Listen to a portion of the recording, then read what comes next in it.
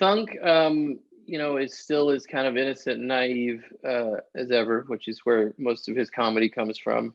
But Thunk becomes, like a lot of kids and a lot of parents have to deal with kids. It seems like Thunk becomes obsessed with what's basically television. He calls it window, and it's sort of a stand-in for television or like an iPad or an iPhone, where he's just constantly viewing the world through this screen that he's created.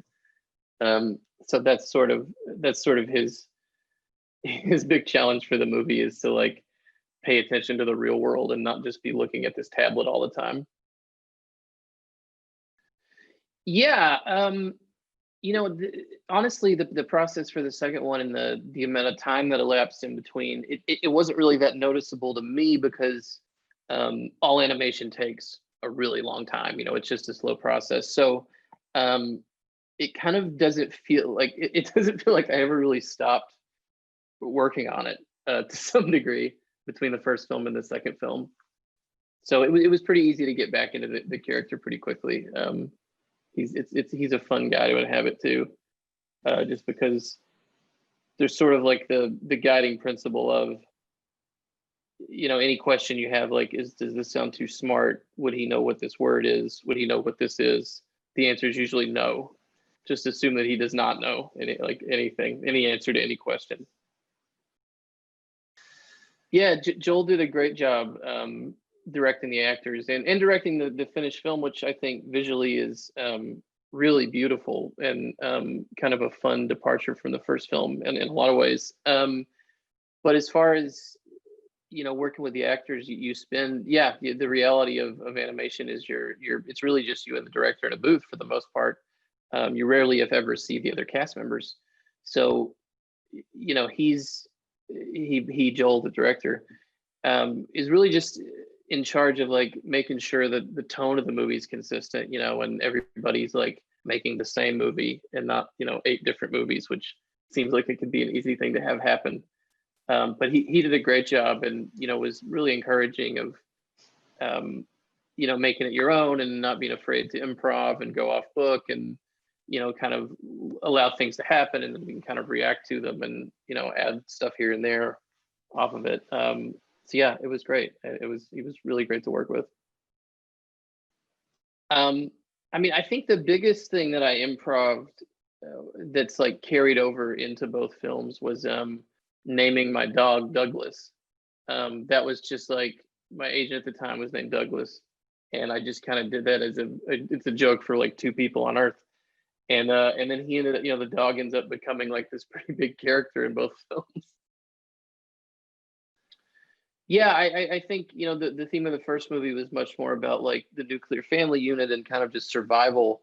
And this one opens it up a little bit by adding the new family that the Croods have to interact with. And it's got a great like major theme to it, which is, you have to work together. You have to work with your neighbors. You have to, even if like your neighbors are very different than you, you've got to overcome those differences and learn how to work together for the greater good without giving any plot away. But, when a big external force comes in that's a threat to everybody, you've got to work together. So I think, especially right now, that's a really, really like pertinent theme.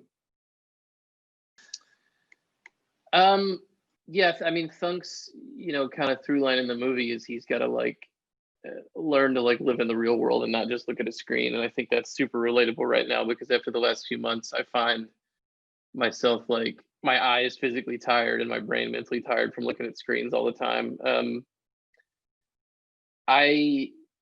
That's the thing I miss the most, I think, this year is like going to theaters, because even though it's a screen, like there's something about projection that's different than looking at, they've literally done studies that like your brain reacts differently to looking at a light source like a screen or television versus looking at a projected image with the flickering too. Like you get in a theater, it's kind of hypnotic. Yeah, I do too. I'm excited for people to see it, however they can, however they, are able to see it or safely able to see it. Just because you work on these for so long, that it's exciting because,